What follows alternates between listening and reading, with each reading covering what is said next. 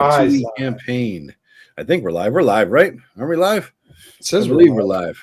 Well, 11 seconds live. We're 11 seconds. We're not dead either, too. So that's a new thing. We survived. Well, you guys survived my campaign. Kim slaughtered us in his campaign. But it was a fucking grimdark slaughterfest from hell. Literally, yeah. It was quite literally, exactly. Yeah, quite literally. Yeah. Quite literally. It was fun. All right, I got to edit my audience on YouTube, on Facebook. I'm now public on Facebook. All right, cool. And it defaults to fucking subtitles for some reason on Facebook. But yes, everybody, we are live here. I just wrapped up my second edition campaign. Eric had a drop. He was in the final session. Rob and Tim were in the final session, and Tim ended up finished up his ShadowDark campaign yesterday with me and Vance and Ken and Paul. And so that was a fun time. It was a fun time had by all, but well, not by the other three who died in Tim's, but by me. At least I lived. I got to tell the tale, But right, yeah, it was fun. Make up the tale. It was pretty interesting. Yeah, it turned out okay. I think it's not the ending I figured because I thought it would go another year or so, but I just ended, like I said, because I wanted to sort of start focusing on other things or writing and all that stuff. So I figured let's wrap it up and move it along, and we finished up in Rappanathic, my game. We did you've been shoving that down our throat. I just been throwing it out there as a test to see if you guys would jump at the trap of Rappanathic. But you didn't. Yeah, I got the date mark here. You were shoving that down our throats, and I just like to set nooses, Rob. I set nooses in the woods so that you could walk into them in the dark. That's we waited till the appropriate level, and then we went into. Then you went in, when it was this is what you do, and if this was a reach around. He's reaching. If this was a scale, you were going like. That's really hard. Tim, are you on your channel? You never did cross the line, so I'll give you credit for that. I set it to go live on my channel too, but I don't. I don't see that it's on your channel. Oh well, then I don't know. I clicked it so it would go over, and I got the notification that. Yeah, I'm hovering here, and it just shows my Facebook and my YouTube, so I'm not seeing anything on your channel. Yeah, it's on there. Oh yeah, okay, all right. You're live on there. Okay, I'm not seeing. It's not showing up here for some reason. It's weird. We have Grimlore Gaming. Yeah, Grimlore. One audience member other than me and Tim. Yeah. What's up? Seconds in here, I jumped in. Waited, so I look like a fanboy. That's funny. I'll throw it in there. Yeah. So we just wrapped up, and I figured let's go live and just yak a bit and see what's going on. Because we talked about how to end the campaign before, and what happens and how you feel, and it's all theory. And then you win the campaign, right? So boom, it's done. It's done, right? So what do you think, Tim? You ended yours last night. How did it go? What do you think? I thought it went pretty well. You guys at least gave me the opportunity to kind of give you guys a battle royale, kind of a fun, just chaos induced. The funny thing that you guys didn't see is I know you knew there were a lot of demons in there, but you didn't see all the ones that were still down below that you guys hadn't even drawn to you yet. So. I ran to go save not Daramir, Ken's guy. I ran in to go save him, and then I'm like, oh shit, because then the light revealed. I'm like, oh shit. I ran through How many were down there? Freudian slip or something? What's that? Daramir, save Daramir. What's Ken's guy's name? Draymond. I know they're very close. I know. It's a D word. That's all. Yeah. Yeah. It's a D word, and I got a little bourbon in me and a little weed in me. So yeah, I figured that's a little. Let's just forgive the D word slips. But yeah. No, it was good. It was a fun time. I didn't know where it was going to go, and it turned into like a shit show of epic proportions. I mean, because I thought Ken was dead, right? I thought his guy was. Well, he was. Dead. He was, yeah. Then he kind of resurrected him as a zombie with a glowing light in a weird way, right? With low wisdom or something, and then he was floating around. Like affecting people, and he sort of acted like a sheepdog and herded them into the death portal, right? Right. And then Vance is like, "Fuck it," he takes Blaga, and he goes off and it just does his Pied Piper impersonation with his lantern, right? And then because they were like stunned and because we killed one big guy. You didn't kill, you obliterated it. Yeah, with a card of obliteration, right? So one big guy was obliterated. Yeah. Right. Yeah. And so that was interesting. And so the obliteration stunned them all, right? Yeah. So basically what happened then was he's like, I'll take advantage of the stun and I'll lead them all with my lantern of coolness. And he led him into the portal to back to hell. Right. Yeah. So that was, he led most of them in there, but they weren't all going until he actually went in. I went to go take a piss and I come back and I'm hearing, so I'm in, I go through the portal like, whoa, what? You're in the portal? I got a piss and he's gone. He's in the portal or I lead him into hell. I'm like, holy shit, man. So he was done. And then he had to destroy the portal to hell. Right. And so Paul wasn't not having any luck using his help me, my God. No, he decides to get stand in the portal with his glowing light of his God around him with his with the spear of lightness going on and just sacrifice his life. And he had to roll. Well, I think he rolled a critical. That was the only time he rolled a critical success. Yep. Everything. It was insane. Yeah. So he rolled that and he fucking blew up that portal. So now you got the negative portal to hell to the world of the undead gone. We had Vance let all the devils into hell. Right. And then then Paul closed the portal to hell. So there's nothing left but me and some kind of badass demon or devil that I had to fight. They all abandoned me, the cowards. Right. So I'm left alone to fight and this thing all by myself. What I did, I think I rolled a nat 20 on one of them, because I think you did too. I mean, right at the end, you guys were rolling you saved your nat 20s for the end of this fight. Yep. Yeah. It was awesome. It was a great I remember I screamed out, "Fuck you," right up the ass. I'm like, oh shit. The windows open. I don't want people to think you had to check to make sure your neighbors in here. Yeah. Yeah, that's right. Insane, man. Yeah, it was insane. And that was it. So I had to stumble back on my 4 wisdom through the tunnels and catacombs under the city and report back, and I'm retired. I got 2 wisdom points back, and that was that. Yeah. Were you happy with the ending though? How it came out? Yeah, I really didn't know how it was going to end because just like the whole campaign, I let you guys kind of lead it, but you guys never really attached yourself to anything. You kind of jumped around a lot. Yeah. And so it was very difficult to kind of develop a strong, maybe course for you guys to go in because you're, and especially kind of in a city campaign on top of it, there's so many opportunities for so many different things. And you guys were like, anytime you'd see, it was like, oh, shiny. And you would get distracted from what you're doing. And then it was a city campaign, Tim? Yeah, ended like that. Part of it, probably like 2/3 of it ended up being in Scorn. Yep. It was a city campaign. I'd say about 1/3 was in Hound's Head, and then about the 2/3 were the rest of it was in Scorn. I thought Scorn got burned down. We went back in time. Now we know why it burned down. Yeah, exactly. So basically, what I did is I did a what do you call it? What do they do that when you go backwards? You ran a prelude campaign. Yeah, I did. Yeah.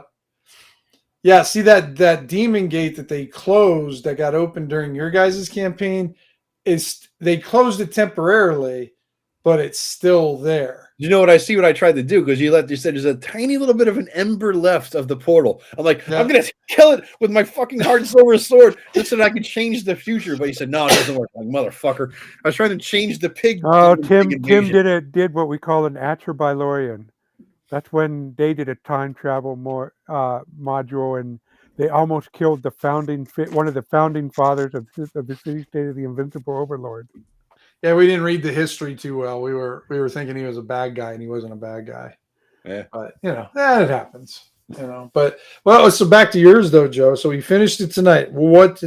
How did you feel? Because you had a lot of chaos with your campaign. Yeah, there was a lot going on. There was a lot of threads. I mean, in a weird way, I kind of felt like the campaign ended when you got back from the High Forest, and this was just a couple sessions to kill some shit and take some stuff.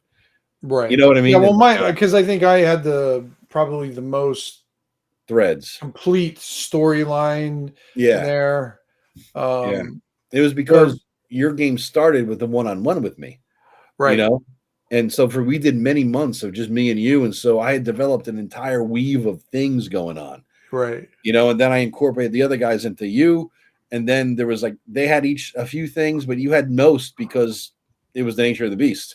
Right. You know, so yeah, so I tied them together, but I had to wrap them up. And so when you went to the high forest and did all that stuff, and then you had your tie up, you know, one-on-one sessions near the end, right? It kind of wrapped there, and you got back from the high forest and you got back to the Parnast area. And I figured you guys would do a lot of role playing to sort of set up the henges, and that would be the end of the campaign. And you're like, nah, fuck the henges. We're going to Rapanathak, motherfucker. We're going to kill shit and take your stuff before the end, you know? So like, all right. I'm pretty satisfied that we didn't deal with the one henge with all the people, but we set that up and with the rod of rulership. Yep. And we got the really problematic henge, the one out in the middle of the freaking desert. Exactly. Track that down. So I'm well satisfied with how Daramir the Druid end up. Good. What I want to do though is in the future, like in my new setting that I'm making, right? In the future, this will all be reskinned and renamed in there. And so, like I asked Vance, what is your guy going to do in the future? And he says, well, I'm going to set up over that pass because it's a vulnerable point for trade. I'm going to set up a fort and this and that, and hire hirelings and men at arms and yada yada. In my head now, that becomes a town, right? So in 1,000 years, there'll be a town named after Vance's guy. And so what I'm curious, because what you guys want to do, Rob and Tim, it's going to affect. So think about what you guys would do for the next 100 years of life, because you're both, you know, Rob, you're a half elf and Tim, you're an elf. So what's your goal? What's your focus? You have a lot of juice and a lot of power. You can make things happen. So what you want to do will affect my future campaign, and you may interact with it in some way, you know? Well, I'm afraid mine is quite boring. I'm going to be a caretaker, and, you know, unless there's some threat to react to, I'm going to work at revitalizing the Parnast area and the area encompassed by the henge from the effects of the I'm still kind of vague what caught the meteor fall. Meteors, yeah. It's like the younger Dryas hit, basically. Yeah. You know? Yeah, the climatic change that resulted from that. That would be what my druid focus on. Yep. And what do you think, Tim? What would your guy be doing for the next, you know, what is he going to focus in on? Because you have a lot of shit going on there. I know. I was thinking about that a little bit, and I'm thinking Ingrid would almost be like a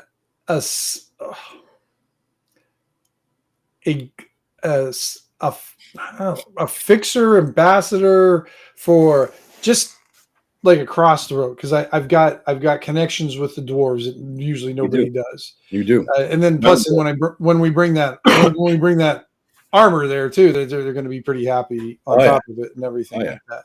And I've got connections with the wood elves. I've got a connection with the king and with the gray elves. I got connections with the halflings. I got connections with Parnas. I got connections with the high mage.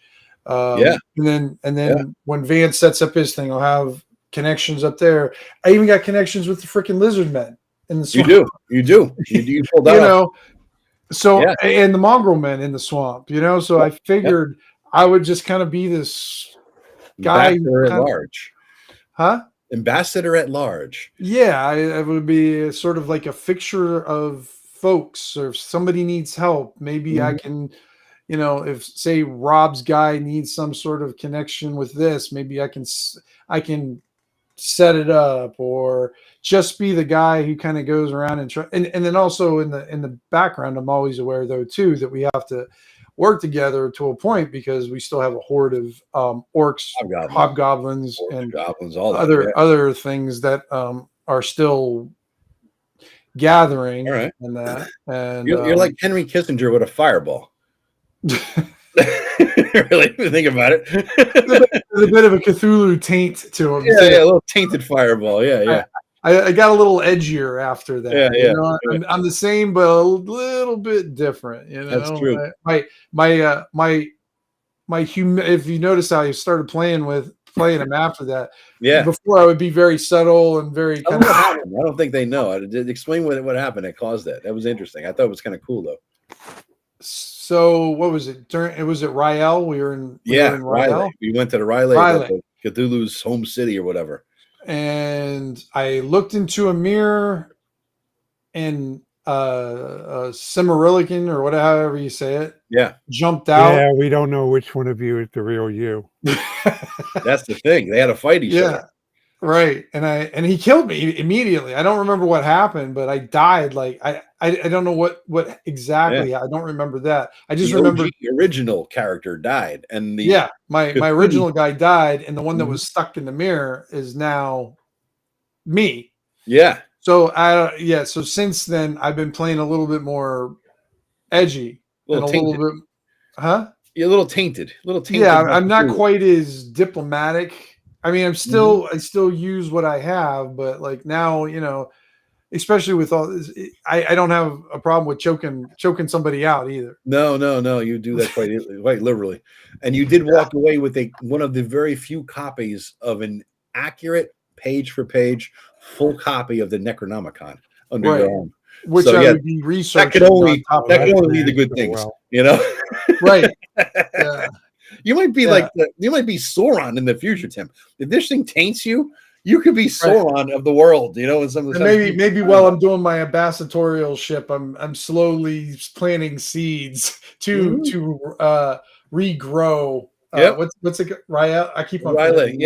Riley, grow Riley, but in this plane. If you start forging rings, I mean, it's all over, really. It's like the hammering. It's like, here's one for the dwarves. Fucking pesky dwarves and humans and elves alive. Well, can I show off my campaign, even though it hasn't ended? Yeah. So I share in my screen here. Oh, let me. I've never actually done a screen share. How the hell you do? Hey, O'Neill. Hey, O'Neill. All right, what's the screen share? Oh, that ain't screen share. How the fuck do you do screen share? That's not his campaign. Big Face Joe. Are you screen sharing, Rob? Or where am I seeing this? To my left, there below myself, there is. Oh, so I've never done a thing. Yeah, you go over to our little heads over there, Joe, and click on it, and then it'll have like a blacked out. There you go. There we go. Okay, so this is my Majestic Waterlands, and basically it's an adventuring party. It consists of an assassin. It consists of an elf who's really into experiencing the life of a human merchant, and another player who is a lizard man, and another player who's a barbarian druid. And so they started out in this area right here, had a few ventures now, but they got wind of dark elves in the desert, in this night portal keep. And now they want to keep their location secret, they need to change their name, because that's a little on the nose there. Night portal keep. Yeah. Where's this at, Rob? Which setting is this? This is my Majestic Fantasy Realms. Okay. Which kingdom, though, are we talking about? Like, which area is this? This is Blackmarsh up here. Blackmarsh. Okay. This map expands the area around Blackmarsh, and down here is the westernmost duchy of the Grand Kingdom. They expanded in this area about 100 years ago, and now continue exploring. And so what I know I'm not trying to do the info dive. So the point is they're making their way up through this area down into this, and I wanted to make a really kick-ass adventure area, so I just drew this. So this is the Night Portal Canyon region. Each of these big hexes here are 5 miles. Each of these smaller hexes are 0.2 miles. And I don't have it marked here because I'm actually using this in Roll20. But Night Portal Keep is on this promontory. Can you see my cursor? Yeah. Yeah, it's right here. But I have a bunch of other adventure locale. Like I have an ancient mummy tomb right here that bunch of followers of Sarath, and there's hobgoblins that are allies of the Dark Elves patrolling to the north of the canyon, and then Dark Elves who patrol to the south of the canyon. So just wanted. What level is your party, Rob? 8th level. So wow, they're 8th level. And what system are you using? I'm sorry, what? What system? It's 5e, but with my own classes. Okay. Yeah, they like to play with the fiddly bits of 5e, so I said, fine. If you're going to do 5e, it's going to be with my classes. It's going to be my way, 5e. Yeah, my classes, which about 3 years ago, I had a burst of inspiration and stop sharing this. And printed out, wrote up all my classes. And wow, it's a lot of pages, but it's worked out so far, and it's a lot better. I feel it's a lot better than the default what they got in the default. So when is yours going to end, Rob? When do you foresee the ending happening? I don't know. It'll probably end around while they're 12th level, so they've probably still got another anywhere from 6 months to a year left. How's it going? How long has it gone so far? I can tell you that because I keep somewhat good time records. I was going to say it's got to be close to. It's probably not quite a year because you ended the other campaign.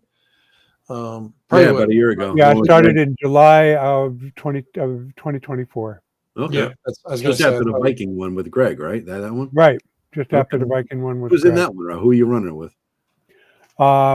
Josh, who's playing the a Claw of Callus, which is an assassin, order of assassins. He's playing a Claw of Callus again, huh? Yeah. No, it's actually playing the same character. Gotcha. Yeah, he's playing Nicholas Black. Yeah, You guys totally freaked out. He fled, helped you when you went to the Viking capital of the Viking Kingdom, behind the scenes, and then he started playing that other guy. And then there is Dave. He's an old friend of me and Tim's from back in the day, and he's playing Erdan, an elf. And his stick is that he decided to experience life as a human merchant.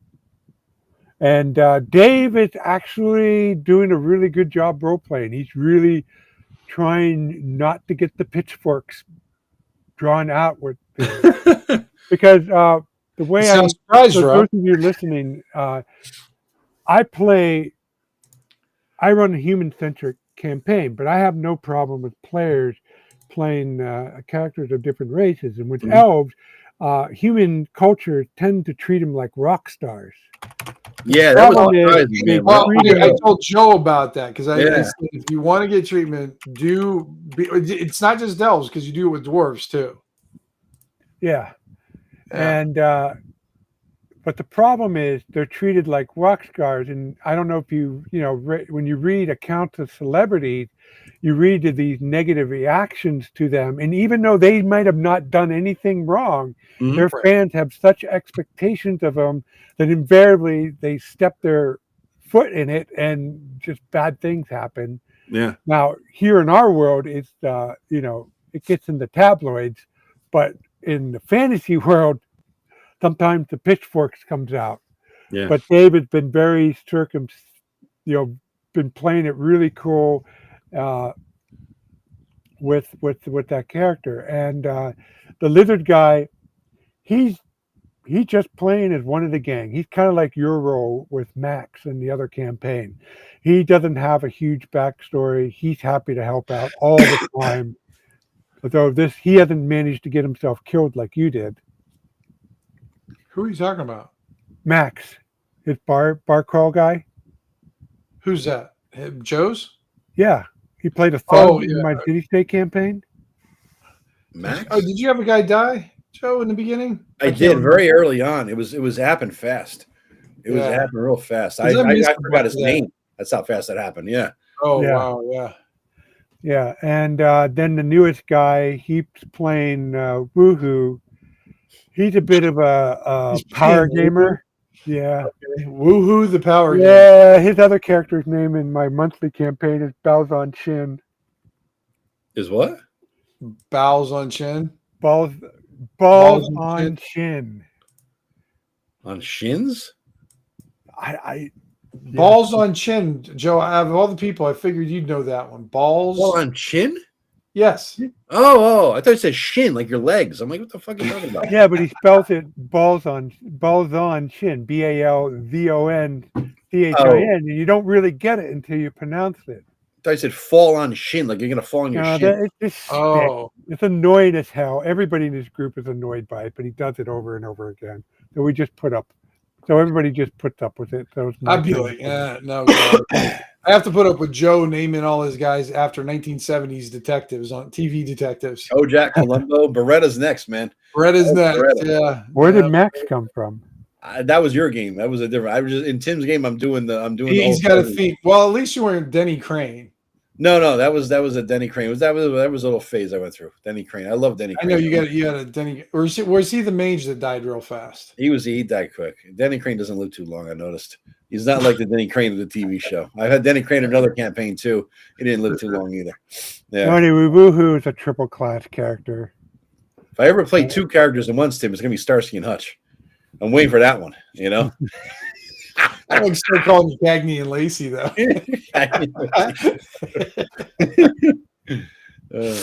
Like I said, this is the first time in I think probably 8 years. Though I said it last night too.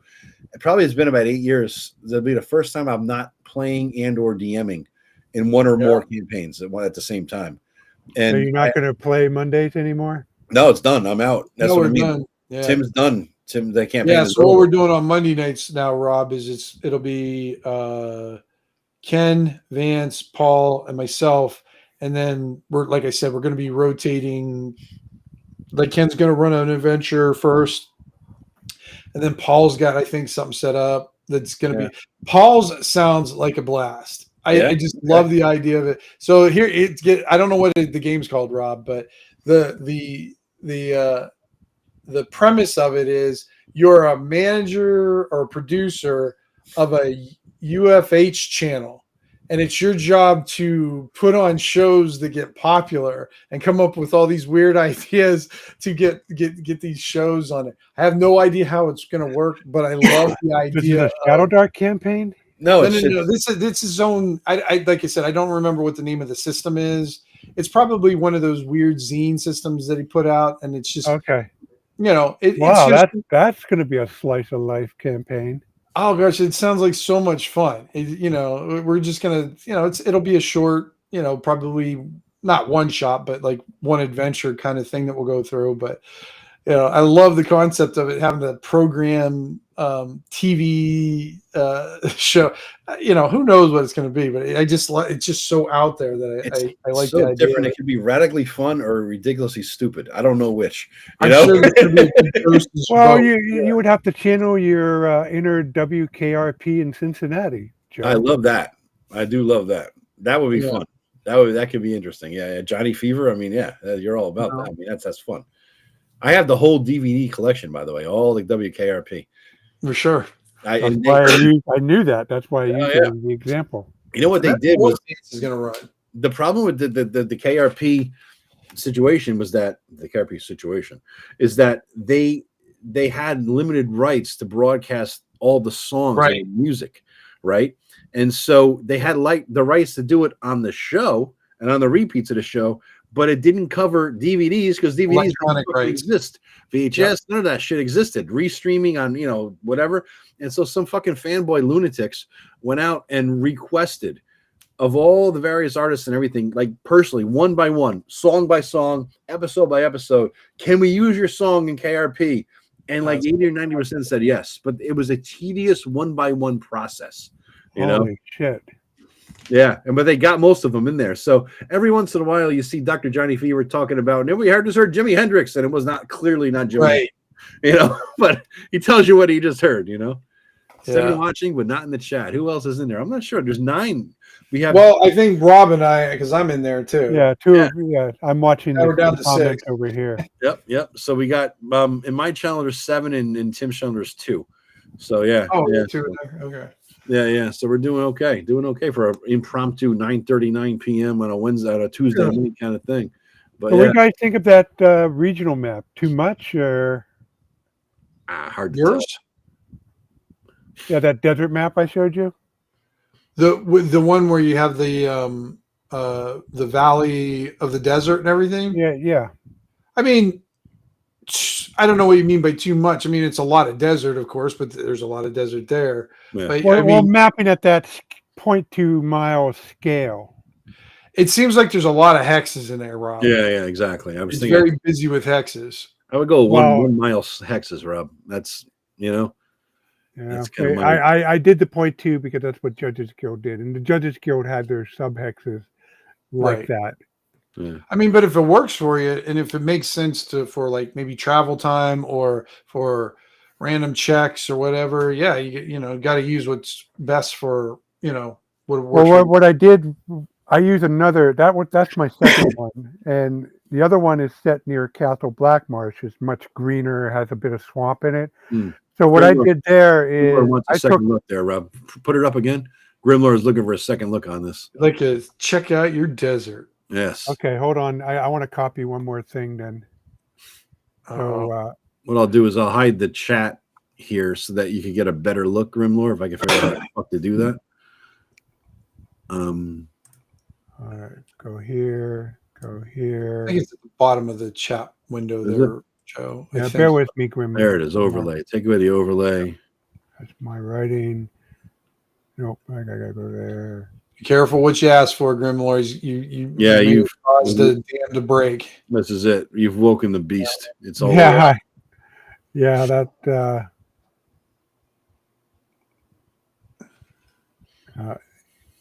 summon the Kraken. I got it. I like I said, I did 2 of these, and I want to go here. He's live editing as we go.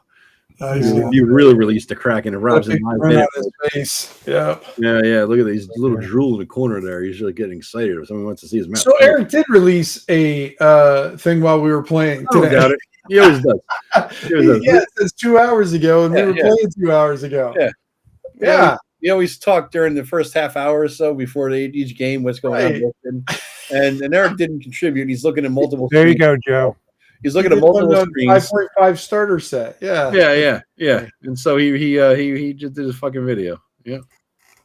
There you go. How do we get rid of it? All right, so this is the Majestic Waterlands. So the map in question. So the first map is of this area called Night Portal Keep. It's a citadel of drow. It's also an entranceway to the Underrealm. It's the Dark Fence on the south, the Redstone Ridge on the north. And so when I have a detailed adventure area like that, I have this 0.2 mile scale that I have. And on Roll20, I place markers where all the different adventure sites, and the players are coming in right up here, and they can just wander where they don't see any of the detail. That's on my GM layer. And they can go explore and figure out where's what and have encounters and stuff.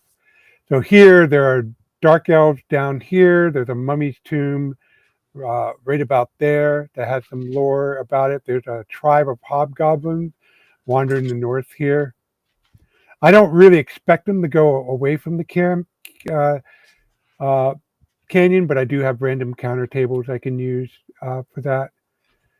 And the other map that I've recently used is this one, which is, to show you the overview, which is this peninsula near Castle Blackmarsh. And what I did with this is I never liked how, in Keeping the Borderland, how they had all those freaking caves in one valley. Yeah, it made no sense. It was just for people who never played before, so they could just go in and kill stuff. Yeah. So what I did is I found a really good VTT map of all those caves, and I broke them apart. Okay. And I scattered them across the peninsula, and the players were wandering around the peninsula. And also I included right about Yeah, it was right here on this hill right here, the entrance to B1. So that was like the anchor dungeon for all this, and then there were the goblin caves, the hobgoblin. There's a lot caves. of hexes on this one, bro. You got 3 layers of hexes. Yeah, Jesus. I turned off the intermediate hexes, so it's just it's more like this map where it just had the 5 mile the hex. giant hex and then the little hexes. Gotcha. Yeah, 0.2 mile. Yeah, that center, those are the 1 mile hexes. That was too much. What's the big one, Rob? On that map right there, what's the biggest hex scale? What is that? 5 miles. 5, and then each sub one is 1, and then each sub one is point. Okay, I see. 0.2. All right, yeah. So 1,000 foot per hex on a smallest scale. Yeah, roughly like 2,000 foot. Are you able to take the layer of the small ones off, Rob, so we can see it that way? Make it easier to see. Yeah. Sure. Let me just to see what it looks like. Sure. As he's doing that, though, I guess somebody mentioned, I think before, it was a bittersweet. It's bittersweet in some ways, ending them all, but at the same time, I didn't realize how much, playing the multiple campaigns constantly for 8 years. Well, like I said, I think you were in a game, running a game at least 2 to 3 times a week for those 8 years. 8 years, yeah, and it adds up. I mean, in terms of the time commitment, and as I'm trying to do other stuff, I realize how much of a time commitment it was, and that even if I'm not doing it on Sunday, I'm prepping on Sunday for Monday, right, or something like that, and so it takes up your time. And I'm like, I'm looking forward to not playing, even though I loved playing and running. I'm still looking forward to not playing as a relief and a break to sort of recharge the juices, focus in a different direction, write some stuff, create some stuff, and then jump in again, Right. And the thing is like we said too, is like we're going to be doing our round right. Anytime you just decide, you know what, I could use a game, you're always welcome to jump in, of course. Yeah, that'd be fun. That'd be fun once in a while, something like that, just to get my, feel it, what I mean? Just to get in there and bullshit again and cause some havoc. So it's I regret in some ways not running the campaign to the fullest extent, but I need the time. I'm looking forward to and relieved that I'm not doing and playing and running and all that stuff, because I'm stepping back from my brother's campaign too, and he's nowhere near done.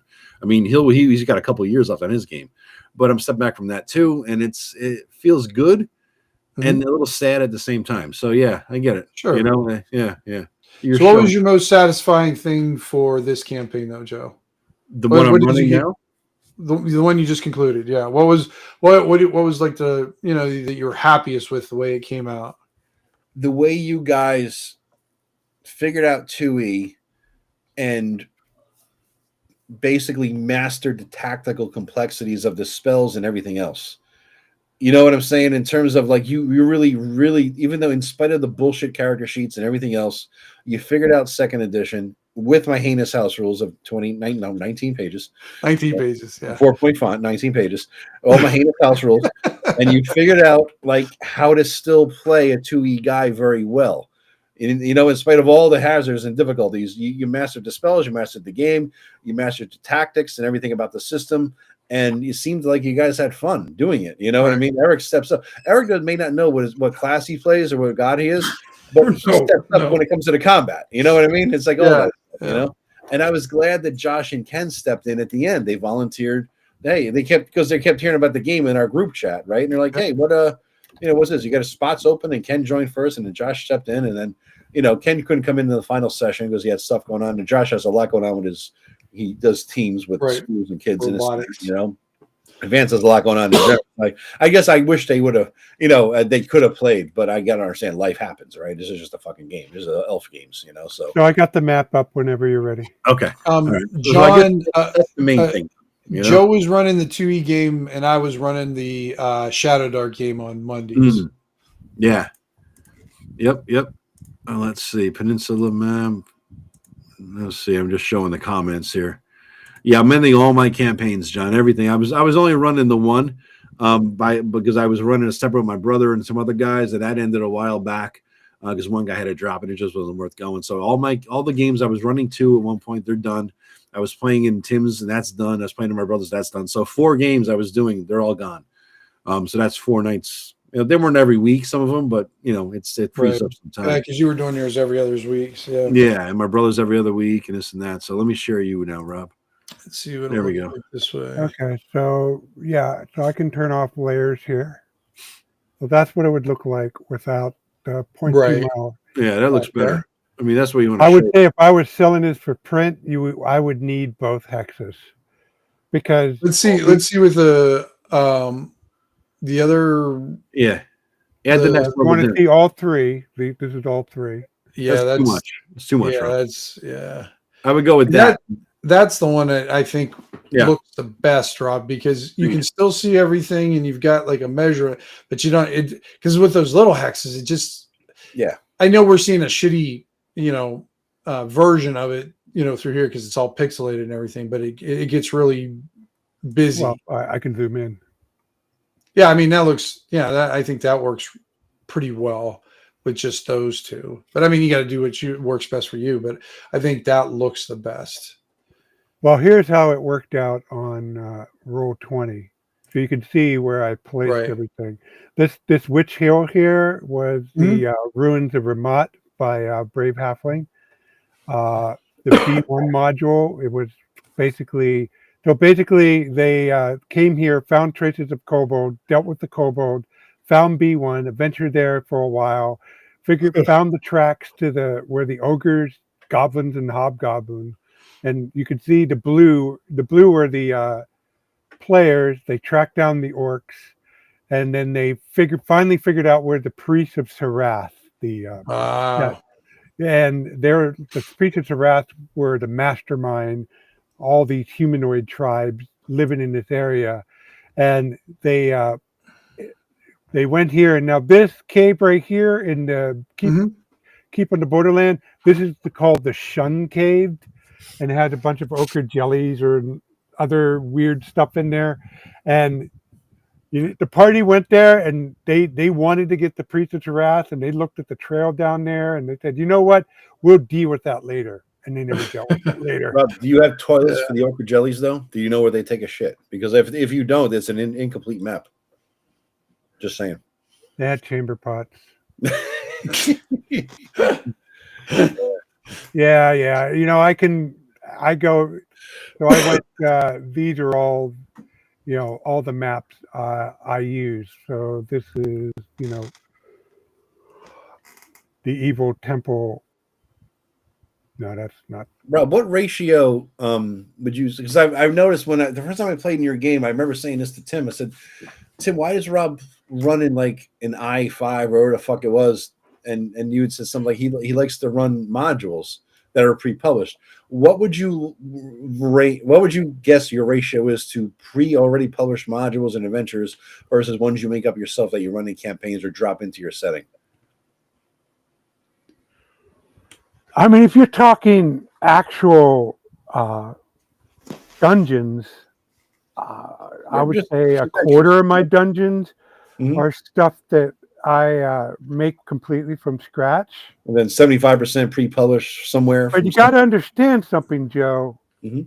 How much of my campaign did you actually spend in an adventuring locale? Yeah, I know, especially the city-state. I mean, it was just, the city-state, so. Yeah, like in this campaign, the whole last session with them traveling from the city of Northport, they didn't even make it to the, here, I'll show you. Go here. Not there. Yeah, this one. Not there. Yeah, they didn't make it to this yet. They are, So basically what happened is they had what you experienced, Joe, is information overload. So they came to here to Visby, and they immediately well, first of all, on the ship, they left Northport. On the ship stopped right here. They hired a sketchy ship.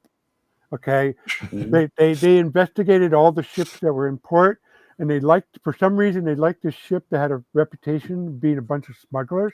Yeah. And since Josh's character is an assassin and he's good at finding out information, he was able to figure that out. And So they like the fact that they don't talk much about their business. And so, but along the way, they didn't realize the ship had business of its own. And the ship stopped here and picked up 2 people that came out in a rowboat from this forest. Didn't stop at the port, just rowed out. And then these people started, notice at the party, there's a lizard man. Hard to not notice the lizard man. So they got interested and they were questioning, and they noticed they had a tattoo on it. And the party, through role playing, figured out that these 2 looked like they were thieves, part of a thieves guild or something. And they're not stupid. And so they tried, once they realized the party was on to them, they decided to end the conversation politely. And it almost broke out into a fight when the barbarian got insulted. But they realized, the party, Dave and Josh and everybody, realized they're on a ship, and maybe getting into a fight on the ship wasn't the best idea, especially the captain with a Viking shield maiden. And they all remembered that Viking show in Lagertha, and I was kind of role-playing her like her, and they didn't want to really mess with her. So anyway, they got to Visby, and the first thing they noticed, that there was a lot of people with these raven tattoos on them. Like, they noticed 3 people out of a crowd of 30. But back to the question, Rob. So you would say 25% is your original content if it's an adventure dungeon kind of a thing, and 75% is something you use. Yeah, but I adapt what I use. I rarely keep it as it is. Like the toilets show and the bedrooms, they all stay the same in the general, but the high level view of why the NPCs are there and what their personalities and motivations are, I alter the hell of that. Yeah. Oh, that makes sense. You gotta make it fit the campaign. Yeah, that totally makes sense. Right, but I wouldn't be able to do a sandbox campaign on a weekly basis if I had to make all new content. Yeah, I agree. I know you have to steal something from somewhere. I mean, that's what's going on. I mean, there's interesting stuff in the chat right now, so I wanted to bring it back to that. There was, where the hell is it? I lose it. God damn it! This is just fuck this Restream. It's good, but it's confusing at the same time. Well, yeah, because the new stuff comes from, I think, the top. And YouTube is from the bottom. Exactly. So, too much fucking bourbon in me. And so Grimlore is saying, I understand that. Run 3, playing 2 others, about to wrap 1, heading into the OSR. Some are bi-weekly. That's what it was for me. My Greyhawk campaign, says John Miller's on hiatus, hoping to start up a new campaign soon. Grimlore said 2 is a lot. I'm grown as fuck. Yeah. With kids, jobs, sometimes it's too much. That's the hard part, right? I'm single with no kids and wife or anything like that. So I got the time, And Grimlore said that's pretty cool. How do you keep track of 3 separate campaigns only if I have time to prep? I don't think that's me, but it's difficult, There's been times where I had 3 separate campaigns, but I was running Phandelver for 3 different groups. So I could use things from different campaigns for the next one, slightly altered or modified or something like that. Right. That's the only way I would able to. I couldn't run 3 completely different campaigns and have my sanity every week. That would be insane. It just wouldn't happen. I have 40 years of notes. Oh, that's awesome, Kelly. That does help. Oh, 3-ring zip-up binder, says the Grimlore. Constantly think about RPGs, so I'm kind of always in prep mode. It feels like I'm a young old. They're dealing with audience comment, but Kellyanne just finished a painting. Oh, nice. Looks good. Yeah, I'm gonna rope her and doing some illustrations for me. That's good. No, that's cool, man. You tell her I said you should pay her. I have paid her. Oh, good. Yeah. That's. I paid her to go in rate. Let's see. So and she used it to buy more fountain pens. It's a bit easier for some of us more experienced than the new folks. I don't over prep. That's trying to keep my sets key to keep. Yeah, you can't over prep. I guess those you go nuts. But I have the time. I over prep. Well, Joe, it helps to be doing this for 40 years because this notebook. Yep. Sometimes I'll use dungeons out of here that I drew in the middle of the 1980s. Yeah. It works. But the most valuable thing is, of course, my Harn stuff. So, I mean, that that has saved so much my bacon so many times. I would use one of these maps and some of the notes, and then just, like I said, I would alter the high-level view to fit the circumstances of the campaign. And overall, it works out very well. Although, John, as Tim would know, sometimes I may use a module too soon. So I have to wait about 5 to 10 years before. I should wait about 5 or 10 years before reusing the module. John says, I'm all for stealing content to help prep. My last campaign was Greyhawk 1E, so I could use the classic 1E modules. Yeah, that works. John, do you do the Greyhawk 1E? Do you ever dive into the second edition stuff that Carl Sargent put out, which I think is some of the best shit ever made for Greyhawk or anything, actually? I love that shit, man. That was good stuff. I got to say about John's comment there, the original Greyhawk is mostly a blank canvas. It's hard for me to fill in the blank. Yeah, apparently, I mentioned this early on in my blog. I call it the howling wilderness of the 30-mile hex. And apparently that phrase props up in random part. But yes, I loved the write-up Gygax did for Greyhawk, but when it came to actually using it, my 15-year-old self was lost. Yeah, I couldn't do it. Filling the content. And then I went into the Dandelion, and there was the Wilderlands of high fantasy. And I think I got Traveler before that. So I was used to how the Traveler had the subsector. And I looked at it. Oh my God, this is the Spinward Marches, but for fantasy. And I made that my campaign, and I never looked back. Yeah. I don't know. I think that you make do with what you have. You do the best you can. Right. And that's the key. You know what I mean? If the like Eric said the other day, or a couple weeks ago, rather, if the players keep coming back, you're doing something right. Right. You know, that's the key. You know, that's the key. As long as they keep coming back, you're doing that's something. The one thing, like you guys were talking about, pre-made stuff. That's something I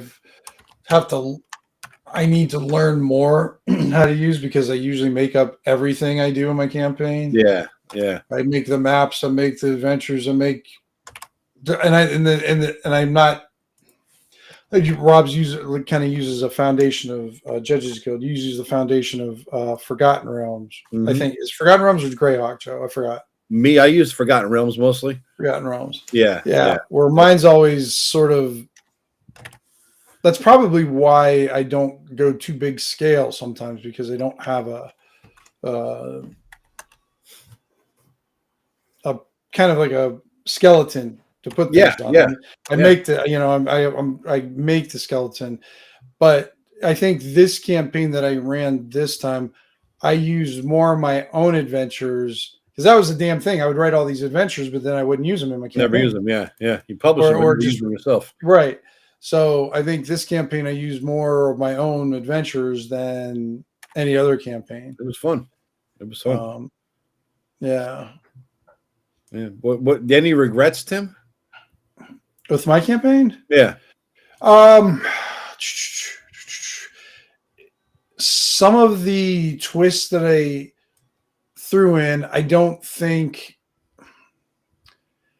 probably overcomplicated situations instead of just letting them go what they were, especially when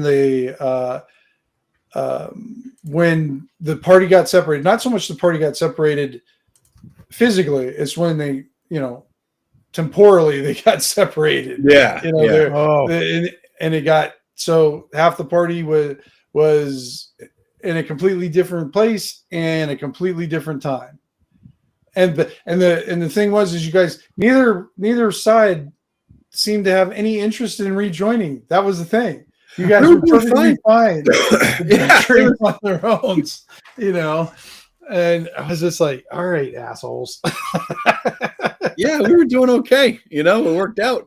He was like, yeah, this is all right. We're doing good. But the reason why I regretted that one some is just because I have to split between. So, I'd work with you and Paul for a little bit. Then I have to jump to Vance and Ken. Yep. And it might take, so I don't feel like because we have such a constricted time anyways, 2.5 hours or something like that. Yeah. And I want to make sure everybody gets like a full game session and everything. Yeah. And not just sitting there because I know like if I'm changing from a different party, you're going to lose some players and they're going to start Googling and everything. Stacking dice. The Googling and then looking on social media is the equivalent of stacking. Right. And I definitely want to keep them engaged as much as I can. And when they're split, not that I had any problem with you guys. Everybody pays attention pretty good with our group. But it just the downtime. I guess that was the one thing I regretted. But you guys didn't seem bothered by it. It was more of a bother for me because I didn't want you guys, like I said, no, we're fine, just kind of sitting around or whatever. But that's that would be it. That was the only thing. Well, wait a minute. I couldn't make it work with both groups. Remember, this whole thing started with I was going to merge the streams, right? And it was going to be like my brother and the old school guys my local guys, right? Yeah, and oil and water, Joe. Oil and water. Yeah, it was a different mix of people, different styles. And I'm like, I was wondering, and I had concerns at the beginning. I'm like, let's try it. Let's see what happens. And it just didn't work out. So it's like, whatever. What are you going to do?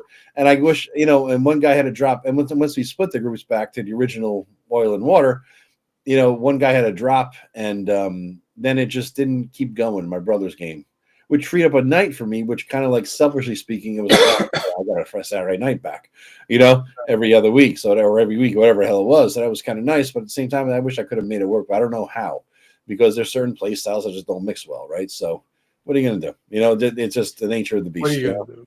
Yeah, you're going to do. Tim, I'm surprised you felt uncomfortable with that because I actually remember a conversation. Granted, it was decades ago, but I had the same concern. I was in your shoes, and there was this. We were playing one of our city-state campaign, and everybody was running around doing our stuff.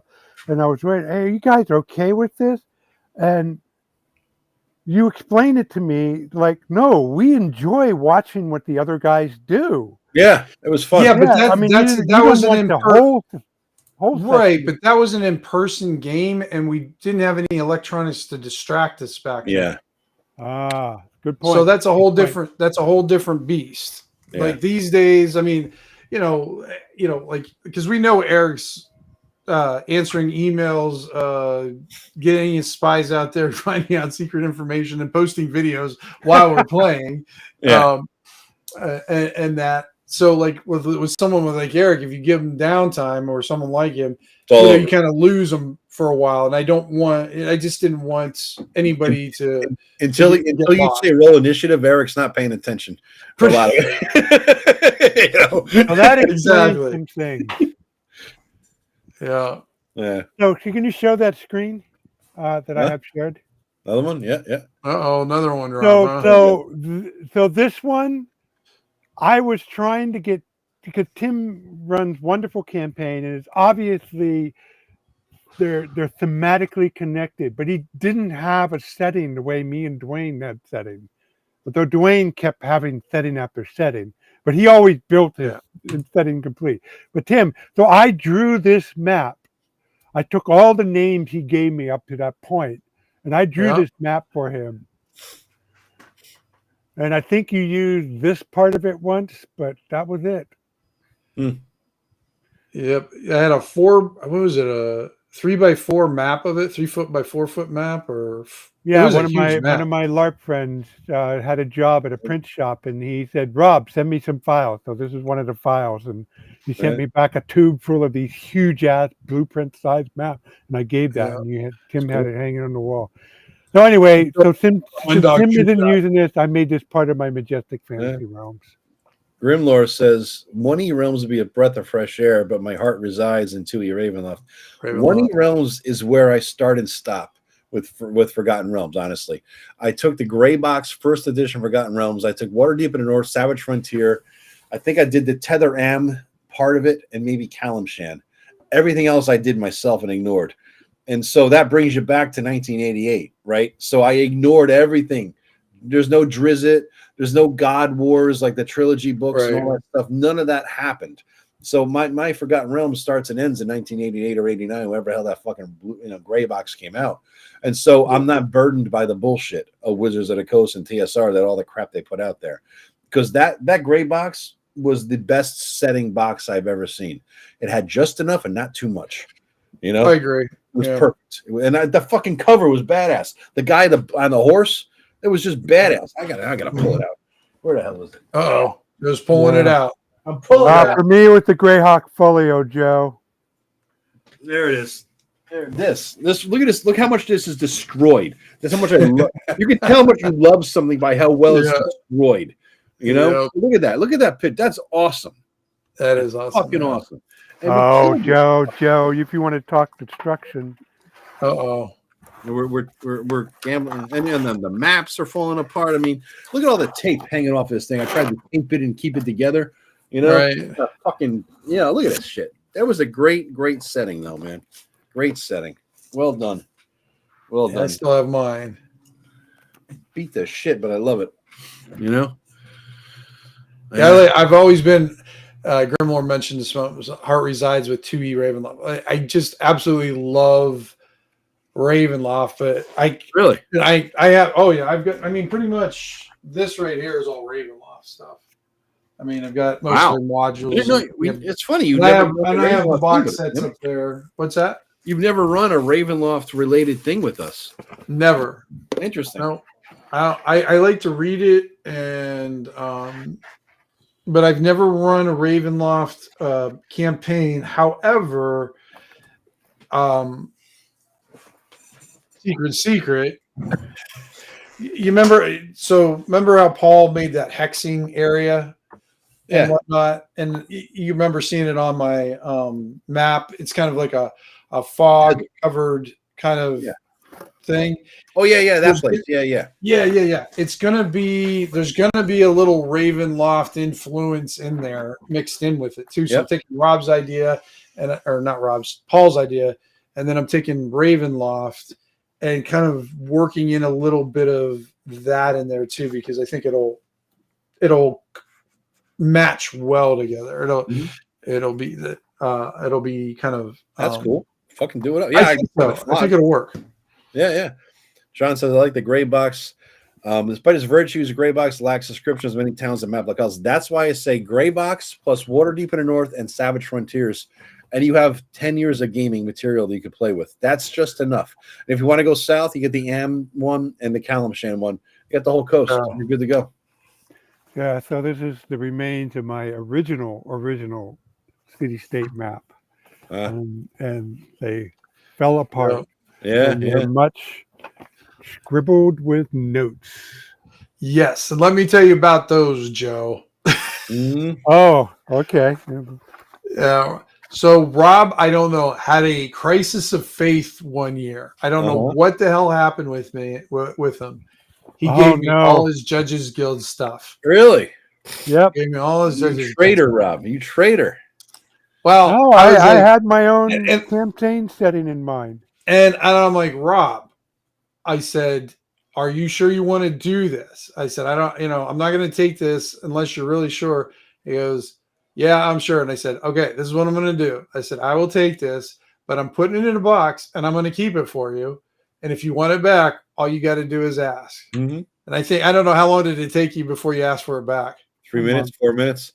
It was like you got to the bottom of the stairs. I don't think it lasted a summer, and he wanted it all back.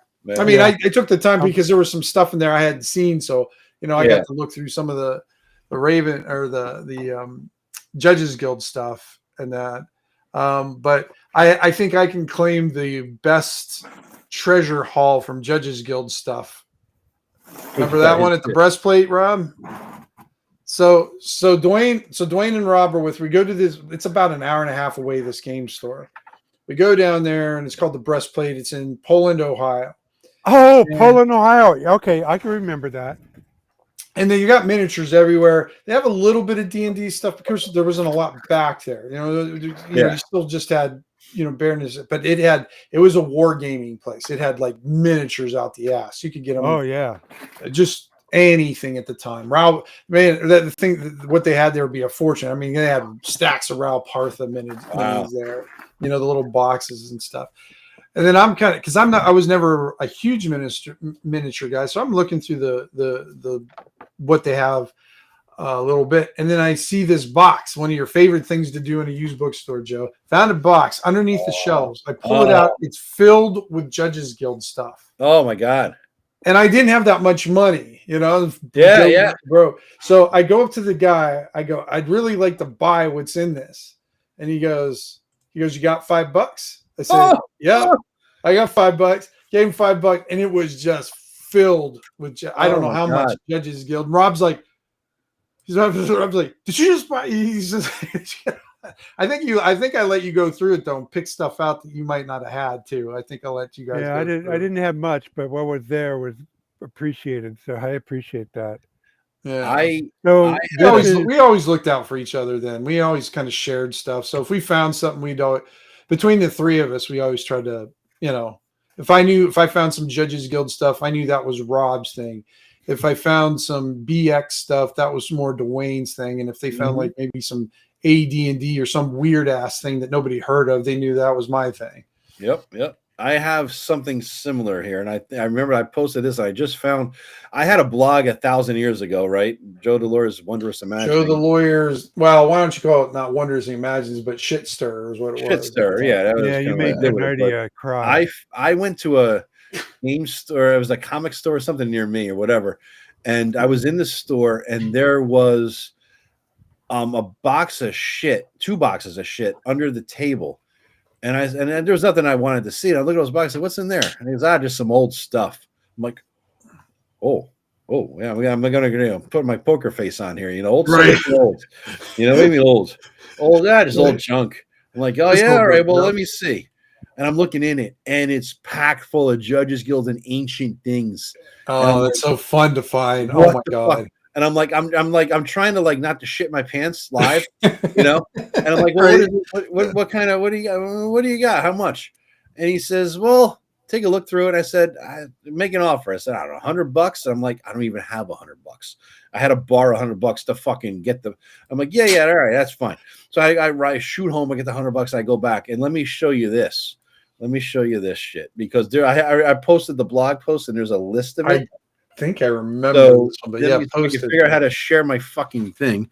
I will show you how to do it. Share screen, share window. Oh fuck! I gotta share this entire screen. All right, let me do it here. No, you don't. But it's Joe. Retarded. Yeah, I'm retarded. All right, here we go. So I'm sharing the screen. So look at this, boys and girls.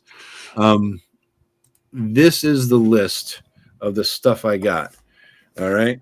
I want to turn off the comments because we can't see. I did. It's gone. Yeah, let me turn off that one too. Yeah, so fuck. Turn that off. Get away. All right, cool. So here's the Judges Guild alone. All right. I'm not gonna read them all. Oh, you got the Caverns of Thracian there too. I did. Look at that list. I mean, this is the list of stuff. I've never even heard of Zenwick or whatever. Yeah. What was that? Go scroll up.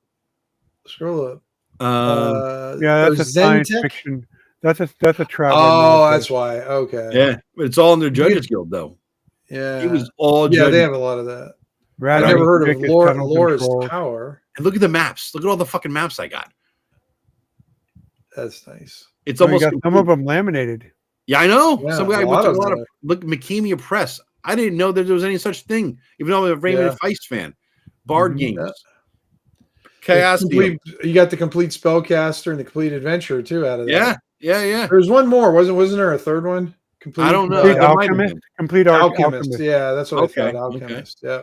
Columbia Games. I got some stuff for Harn there. Iron Crown. Oh, nice. Right. The Companions stuff. This dude was a hardcore. Whoever donated these books, or probably somebody died, and somebody gave the books. I don't know what the hell they were. That's what. Remember, Eric found that huge box of gaming stuff at a garage sale. Yeah. Remember? Look at all the old white dwarfs. Old white dwarfs. Wow. Old dungeon. You got Dungeon magazines 2 through 13. Yeah. Oh, God. Nice. Yeah. Were the covers still on them? Yes. Holy shit, dude. You still have all this stuff? I got them all, Rob. I showed you this shit 2 years ago when he came up. I showed you the whole stack of it, remember? So look at all my haul. I have everything. I don't throw anything, dude. That is amazing. And you got a whole bunch of 1E stuff. All this for $100. Drool and be envious, motherfuckers. Look, Drool, that's and be envious. And then dragon. Look at the dragons. More dragons. That was dungeon before. Now it's dragon. And then we got random ass shit, you know? Yeah. Random shit. Armory, Game Master, Avalon Hill. No, that's amazing. $100. Yeah. $100. And there's the grainy ass. God, look at that. Damn. Phone. That's a pretty picture there, Joe.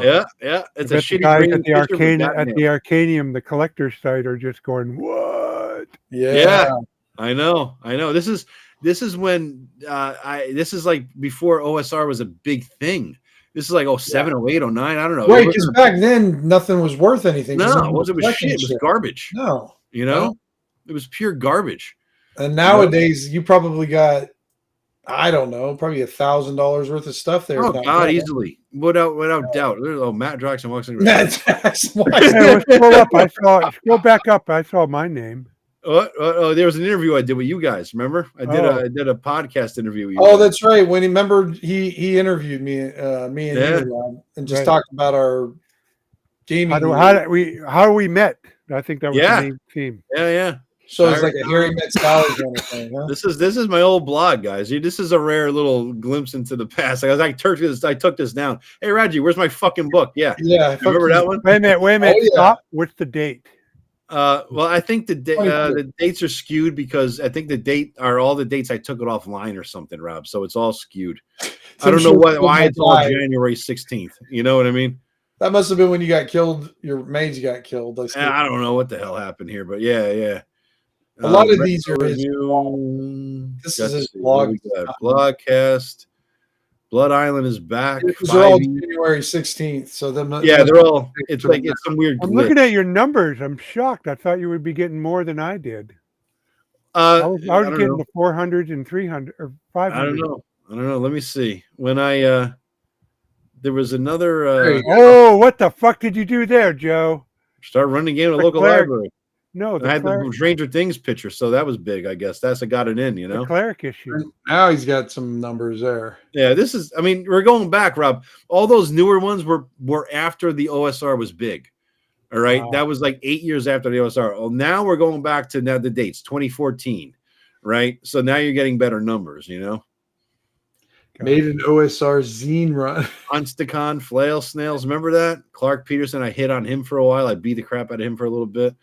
So where is it, Joe? Jeff Rents needs your help. Where's your 2,000 copper piece post?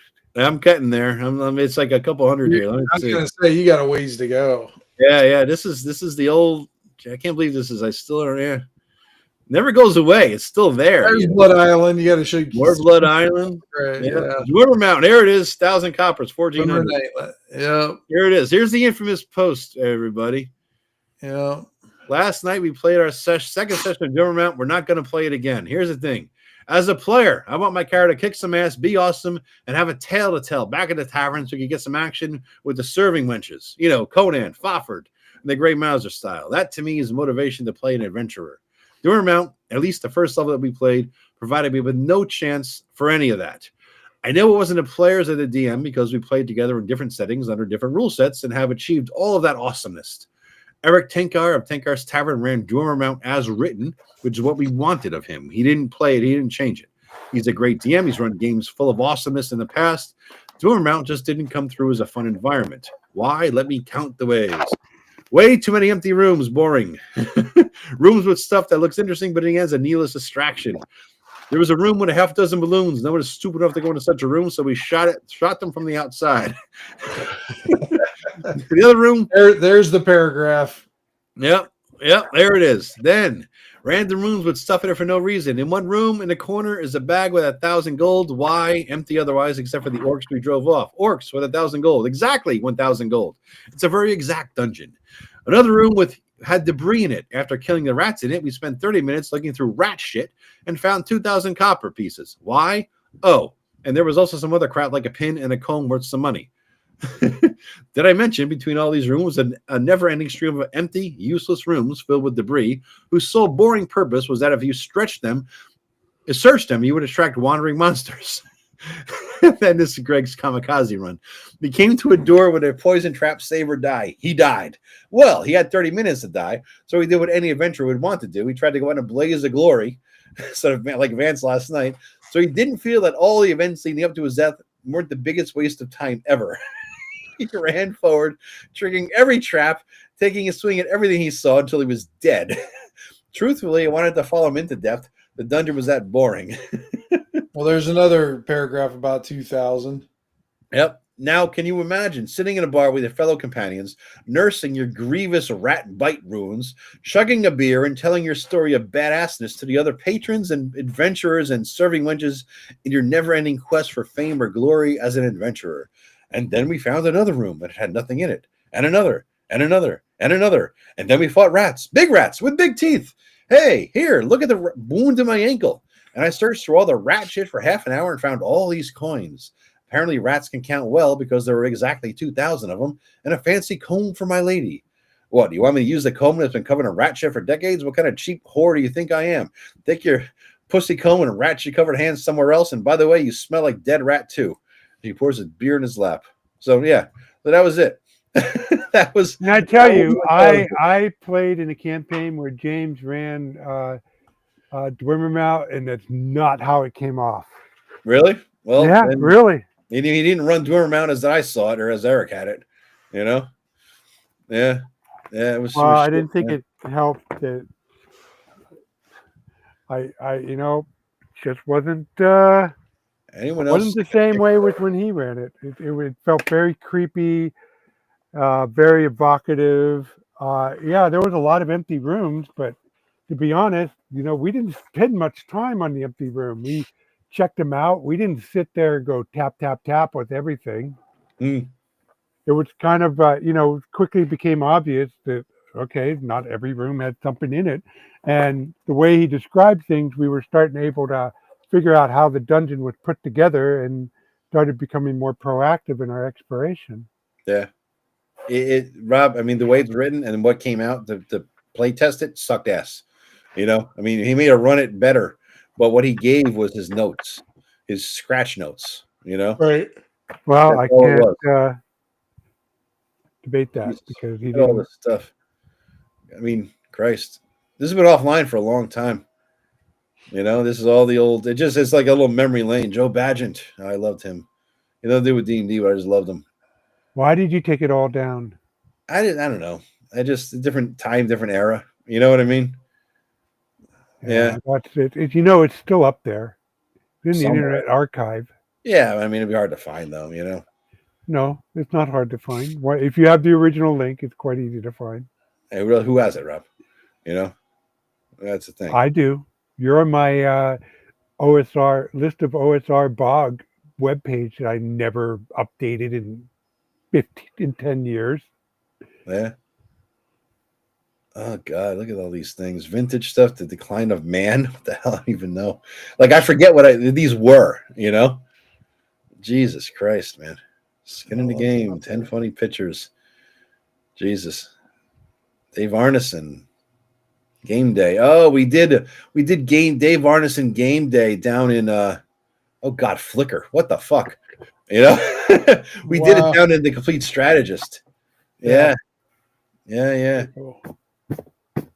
Jesus Christ. And that was interesting back in the day. That was kind of fun. It was kind of fun. Well, if we're gonna show Ode shit, I got something here once you turn the cameras back on. God. Let's see. I'm looking for one more thing because there was one more haul that I got at some point, but I don't know. Oh yeah, by all means, find that. There was one more big haul. RPGs magazine. You think he used the word haul? I don't think. I think it was Dice must have been in there. The great Dice find? No. Type in haul. Great find. Here it is. That's it. Great find. This is it. So this is the Craigslist thing, right? I had to drive to Massachusetts to buy this thing. All right, because this guy, he just wanted to sell it for some money. Oh, nice. Here it is. Boxes. I believe this is it. Holmes box set. All right.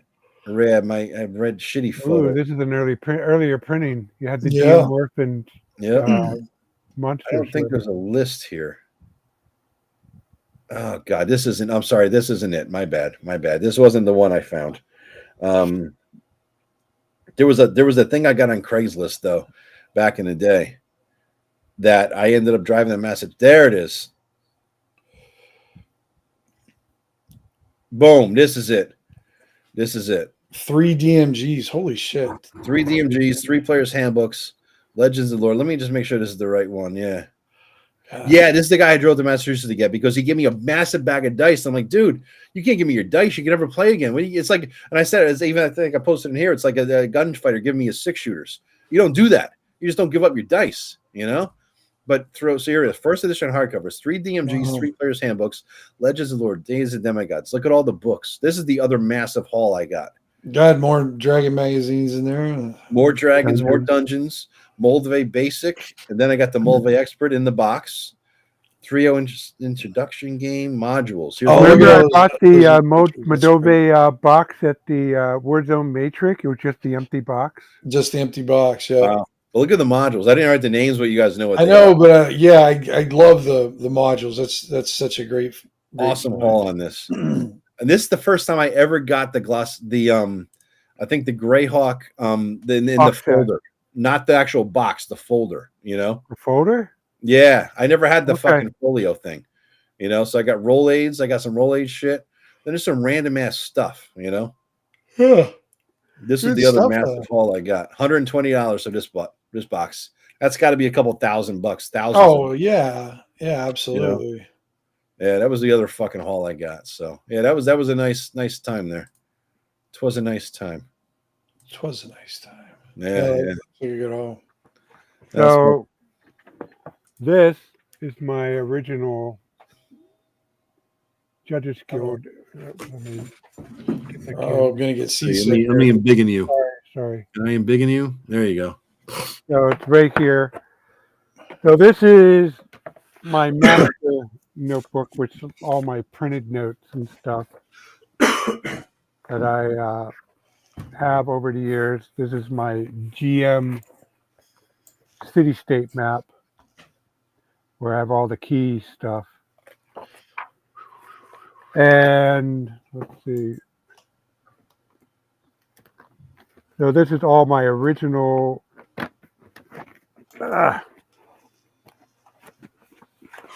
wow. I gotta what the heck? Yeah, these hanging file folder guys don't age very well.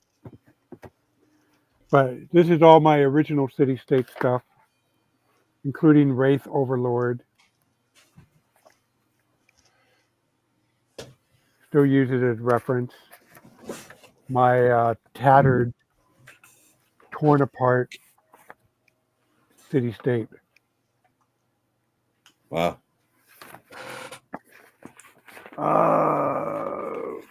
Yeah. This is, I don't actually use this part here, but this is all the campaign modules and stuff here with the individual. So remember I was showing you why I use this is why I use 0.2 mile hexes. Mm-hmm. That's why I had the contour lines the way I do on the map. It's to evoke the memory of old Judges Guild, except these guys did black and white. I'm doing color. Nice. But you know what? I never really got much use because I quickly started drawing my own map. That's random. But this are my original notes. I would sit on my bed, take these old composition books, and scribble out timelines and notes and wow, hundreds of years of history, different NPC stuff. And then this is the first word processor I ever got to use. It was on a Unix workstation in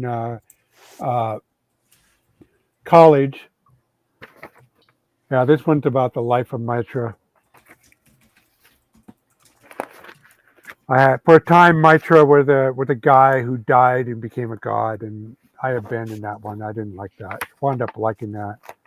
So John just asked you, Rob, how long has it been since you GM'd Judges Guild City State or Wilderlands? I can tell you that. That would be. Well, you just DM'd it with us last year. Yes. Mm-hmm.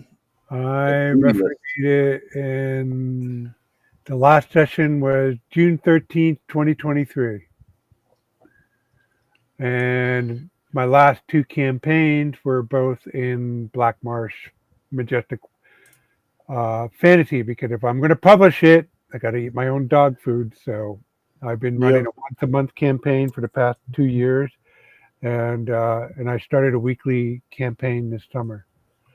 But I'll still run this. I know this like the back of my heart. I got tons of notes, and now I got a pristine copy of City State of the World Emperor here to replace my battered copy. I never redid the maps for City State of the World Emperor, but I have a sketch map that if I ever had to gump into, like this is one of my notebook. This is where I was going to keep all my notes on the gods. I made little Heldrick symbol of all the different gods. That's cool, man. Back when we had no lives and more time, right? Right. Pretty much. You know, Joe, it's not like, it's more of a case these days that I just plug away steady and just keep eating, adding note after note after note. Hell be at it. So there we are. My Majestic Waterlands file, if you discount the maps I do, it has 20 gigs of Word documents in it. So it's basically this box here times 4. I know, Rob. I asked you for a 2-minute summary. You sent me all 20 gigs. I remember. I don't know if I sent you all 20 gigs, but I sent you a lot. It was a lot. It's like overwhelmed. Oh, Dwayne took every file I had and printed them out in a binder. Well, no, you handed them out to us every session. We didn't have to print it out. You handed them to us. Yeah, but he also took the files I gave him and printed out, because I didn't hand out everything. Oh, gotcha. But I for a while, when I redrew the maps for the first time, Tim's doing a reach around here. What we got going here? I was just looking because you just mentioned. Hold on, I gotta stash this bad boy here. I think both of these. So I do have 1 and 2 there, Grimlore. Nice. Yeah, but the first one's still in the plastic. I never opened it. Wow. Well, you got the PDF. I opened it, right?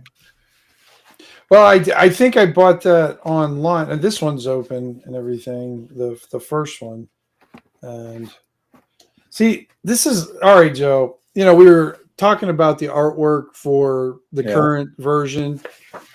Come on. Yeah, that's bad. This is D&D artwork. Badass. This is D&D artwork, not that crap. This.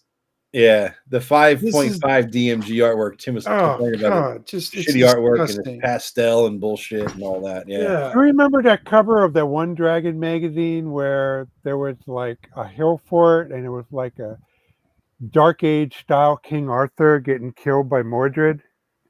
Yeah, that kind of art is my favorite. Yeah. I like chainmail bikinis myself, but I'm maybe be biased on that shit. You know, my favorite Dragon magazine covers that I remember is that one guy, and I can't remember his name. He did that series of chess. He had like 3 different the chess covers with the chess pieces on it, and they were just so cool. And then they had that one cover that I liked a lot. The one that it was a ranger that looked like Kelly LeBrock when she was hot. I think Grimlore is asking you for your email, Tim, or something. Send you a pic, but can't here. Drop your email so I can send it. If you need to hit up with socials, send me a picture. Yeah, I don't think I can put my email in here, can I? You just say it, I guess, right? If you want. I don't know if you want to. Oh, it's just I have it on different places and stuff like that. So I'm on Facebook too, Grimlore. You could probably send it on there. I'm just Gothridge Manor on Facebook. Yeah. Like 1, 2 and 1. Oh, it's a 2 and 1 thing. Okay. 2, you gave us enough for template. Yeah, I mean, I really do like, while Joe's campaign is the first time I've ever played in a 2E campaign. Never been in one before. And while we complained and about the character sheets, like I was telling Joe, after playing it for a while, the guy did an amazing job trying to herd all of 2E into a character sheet. He did. Didn't make it any easier to. He didn't make it easier. Skills and powers in there. Right. Yeah, every single 2E book everything in there. It's an insane level of books that 2E put out. And he managed to put I didn't check, when you start the campaign, you can say, what books do you want to include? I had the core books, and that was it, the 3 core books. But there's a million other 2E books that I could have checked off, and I would have had the Fighter's Handbook, the Thieves' Handbook, the Skills and Powers, the blah, blah, blah, blah, blah book. You know what I mean? It could have been an insane level of books in detail. So I don't envy him his task. And I would imagine that with all that in front of him, he probably just got over fucking whelmed. There's no way around it. Right. But Joe, I got to make one complaint about my gaming career or my gaming stuff. When all that these are the TSRs. What? John asked me. They have the little. Wait a minute, I'm bigging the wrong person here. Hold on. Yeah. There we go. Let me turn. They have the little TSR emblem. Yeah. On them, so they're, I guess, the original ones, loose leaf kind of thing. Because I still have the original Raven. I bought them when they were brand new. The Ravenloft Adventures back in, what was it, 86 or whenever it came out. Is that the Harlan Ellison book I gave you, Tim? The bottom there. What are you talking about, bud? I think I see an Ellison book in the bottom right.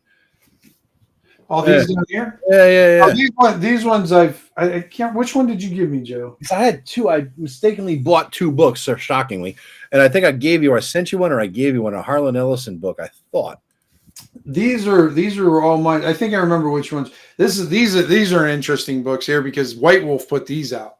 Oh, they were making Vampire the Masquerade. They contacted Harlan Ellison. And they were doing these beautiful volumes where they were collecting them together. And they were supposed to do, I don't remember how many, but they only got to volume 4. Mm. But, I mean, they're fantastic collections. Well, what happened? Did he get pissed off at him or something? Well, I'm going to guess. Harlan get pissed off? Knowing Harlan Ellison getting pissed off, I'm going to guess that was probably the reason. I mean, he was a bitter, pissed off, angry little fucker, He's just one of those guys who just never half-assed anything. So if he was going to get mad about something, he was going to get pissed off about it. Yeah. And he's the one who sued Terminator and got them to pay them because they took his thing called Soldier and redid it, and they were fighting on it, and because they were claiming they didn't have anything off of it. And Harlan went out. Harlan also went after the whole, was it Gutenberg project or whatever like that, sued them because they were starting to collect books that were still under copyright and putting it out there. And he got him to put a stop on that. So even though he's an angry little man, when he focused on stuff, he made things happen. Yeah. He wasn't afraid to take on the big guys and kick him in the sack. I saw the documentary on him, and I think somebody was talking about him, maybe one of his people that worked for him or whatever, and they're like, yeah, if Harlan was promised in the contract that if they printed a Mongolian print run of it, he would get 2 copies in Mongolian or whatever, and if he didn't get the copy, he'd bitch about it up and down until he got the 2 Mongolian copies of the fucking book. I have no doubt about it. Yeah, I have no doubt about that. So guys, it's getting to 10:45 here. PM Post. Okay. I gotta hit the sack. I gotta work tomorrow. I think we all gotta work. All right, I'll show this later. All right. This is my one complaint. The biggest regret of my whole Judges Guild experience is I just completed this map, my ultimate map of my majestic waterland, and the whole thing went down. Nah. So I never got to share this.